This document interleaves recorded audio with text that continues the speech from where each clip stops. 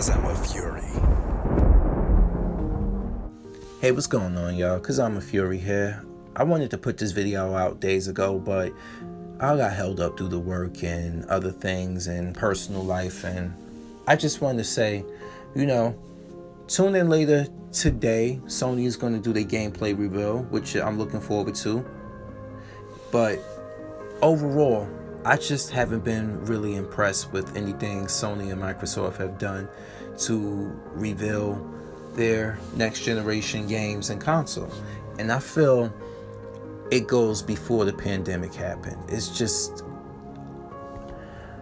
I don't know, blame it on me. Blame it on me. Maybe I'm just not into it as I used to be. Maybe the fanboys have taken me out of it because they have made it really blown out of proportion. And a lot of them have proven that if a company continues to be on top, they want a company that did them good. They played a game or two that they liked, and they want that company to continue to be on top, but at the detriment of the quality of the games, meaning one-trick ponies. Like I've said it numerous times about God of War, one and done. What a game like Horizon Zero doing. I know the world's still open, but technically, from a narrative standpoint, one and done. The thing I said at least about God of War is that God of War, you can beat the game and still haven't gotten 100% on it. It's a game that's essential if you want to be a completionist. God of War is that type of game for you. So I can rock with God of War. Like other games like Horizon Zero Dawn, no. Once you beat the story, the story was too predictable to me with Horizon Zero Dawn. The moment I saw it, I was like, oh, Aloy's a clone. It was like I lost interest in playing the game because the storyline didn't do much. If I knew the essential, there wasn't no twist or anything. It was like they put it outright for you, but you have to control Aloy trying to make that discovery. And I'm like, whatever. Good game playing wise, but story wise, narrative, And then we have the upcoming Last of Us 2. And then they just revealed that there was so much cut out of it for time reasons. I'm like, Jesus, how long could this game could have been? But like I said, when the anti-SJWs hijacked this whole movement, I just got really soured on even being hyped for it. And this is me, y'all. Me, somebody who's not into a series, I can jump in. I have in the past jumped in at a sequel, and then I was like, you know what? It's not that bad. Maybe I'll give the prior ones a chance, or maybe the prior ones were trash to me, and I just like, you know what? My friend who I trust said this game is good. Give it a try. I gave it a try. My friend didn't let me down. Things of that nature. But Last of Us 2, maybe I'll give it a chance. Maybe. But I'm not into games heavily like that, really. And people like, how could you like Uncharted but you don't like Last of Us? I'm like, it's easy. Very easy. Uncharted was a action spectacle, whereas Last of Us is a craft and survival game with a really, how can I say, a really depressing overtone on it, but that's not why I'm not into it. I mean, hell, I'm a Walking Dead fan. That game there makes you like characters and you see them grow as characters, and then they get taken out, they die because protecting another character who becomes a character, another character you see grow, and then they get taken out, and then it comes another character, and it's just the ongoing story. We got long-term survivors. Rick, he's not dead. Even though, he's not dead. We know that now. Michonne knows that now, and if you watch the series. But given what we've seen with Last of Us 2, the leaks, what is going on? Like, is Joel... I ain't gonna say it. Some people have really avoided the spoilers, and some people have taken it and ran it into some agenda against transgenders for some reason, because they think Abby's a male, even though Abby's just a Sarah Connor buff female. But then again, we already know some people just don't like playing as really strong. I mean, not like, oh, mentally I'm a strong independent female. No, playing as a really masculine female. I get it. A lot of people have this whole mindset like, you know what? Why don't you just make it a guy?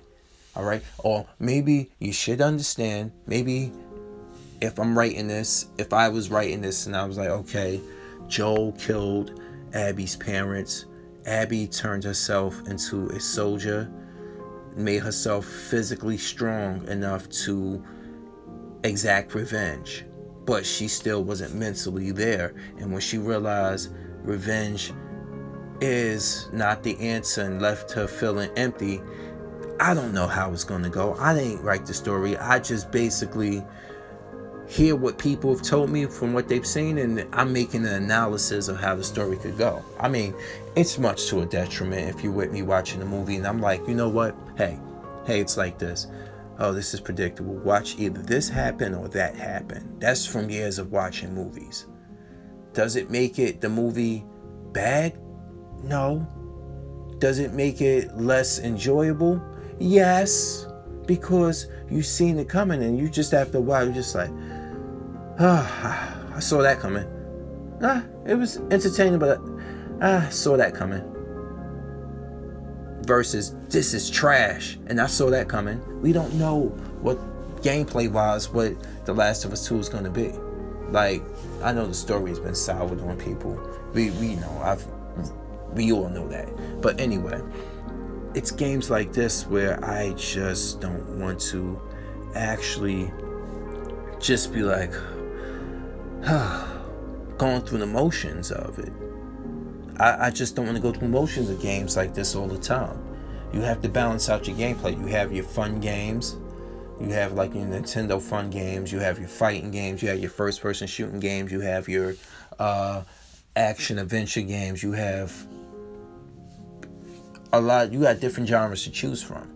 And I just feel like Sony's really sticking to one beat, and I'm like, I don't want this to go into the next generation. And when I say that, people are, oh, you just hating this, that Sony's gonna dominate. I don't care about them dominating. You can like this all you want. You can like all these one-trick pony games all you want. I'm not gonna make you change your mind, right? I'm in here putting out my opinion of how I feel about it. Okay? And if you don't like it, hey, I get it, I understand it and stuff. Hell, there's a lot of stuff people put out that I don't like. Case in point, like a guy I'm subscribed to has made numerous videos about Sindel from Mortal Kombat 11 being changed and turned out to be evil, and I'm like, you know, I've liked your other videos, man, but then I hear this over and over and over and harping again about Sindel, but I like Sindel so much, and I'm like, there's not enough gravita and fighting games for you to be emotionally invested in the character. Now, I can understand if you like the way she looks, how they animate Sindel, and you like her based off of a narrative that's written at an ending, but there's nothing that I've really seen that made me bond to a character like Sindel. And I'm like, bro, really? Another video about it? That's what I'm saying to myself. But different strokes, different folks. You get what I'm saying?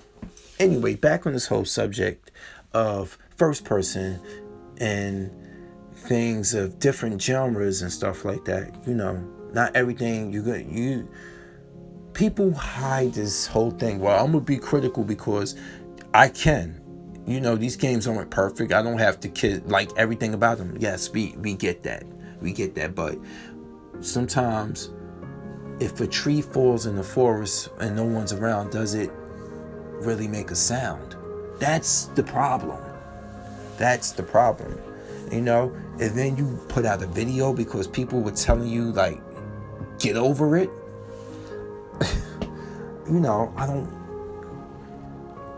I had to stop myself because in the past, like recently, I made one video about a person that I used to be subscribed to and how I saw the change and didn't like it. And that's it. I made one video that went into detail about it.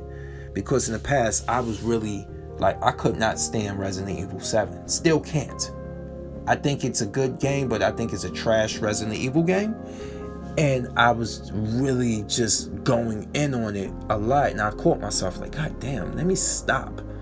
I don't want like that. I don't want to keep harping on it. I don't want that type of channel. I really don't. But I had to really go into detail. And once the last downloadable content came out, that was it. No more Resident Evil 7 talk. I was like, that was it. So I get where people coming from, and I get that MK11 still putting out content, but it's done. This Aftermath is done. That's it. It's going to be no different. This is it. This is it. Here I stand. I'm the light of the world. I feel grand. It's over. Okay? So it's like I had to really just scale back from making content that was repetitive and stuff and disingenuous, meaning like I was manufacturing rage, whereas it wasn't authentic. Okay, so that's another thing too. But I know when I do these videos, I go off into these tangents and these rants and anything, so I want to try to bring it back home. Microsoft, Sony, no, not impressed. And this was before the pandemic. You guys might be and stuff, but I'm tired of hearing about teraflops and SSD, which only makes loading faster. It doesn't really do anything. And then we also are ignoring the fact that the rumors are strong that the PS5 is not going, like, from an architecture standpoint, there's issues with it. Hopefully that's rectified. I think later on today we're going to see the actual console built itself. They better.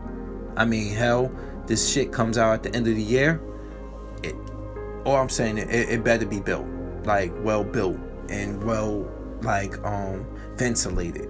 People don't understand. You can have all this power under the hood, but if it's not running efficiently and cool, what's the point? You can have all these graphics, but if it's overheating, it's gonna start hiccuping, like any PC. You forget these things are becoming more and more high-end PCs. You know, they are. I mean, in a way, it'll never be the PC at its max because of lack of customization and things of that nature, but you get what I'm saying. You getting a pretty good high-end PC in the form of a console, but $600? I really hope this rumor is false about PS5 2TB being $600, because we already know Series X, I believe, is going to be $500. People are saying $500 for Series X, and Series S is going to be $400. That's rumored. All three of these price points are rumored. You know, all three of them are rumored. But I really hope, for the love of God, it ain't $600. We've learned our lesson. Remember PS3? PS3 was too fucking expensive. Too expensive when it initially came out. And then to make it cheaper, what did they do? They stripped us of the backwards compatibility, and we were fucked. We couldn't play PS2 or 1 games. Hell, you think I gave up my model? I would rather buy an extended hard drive and keep the model I have with PlayStation 3, the original one, than ever go to a Slim. And as for this new generation, to cut down the cost, the hard drives are now you have to buy bigger hard drives now.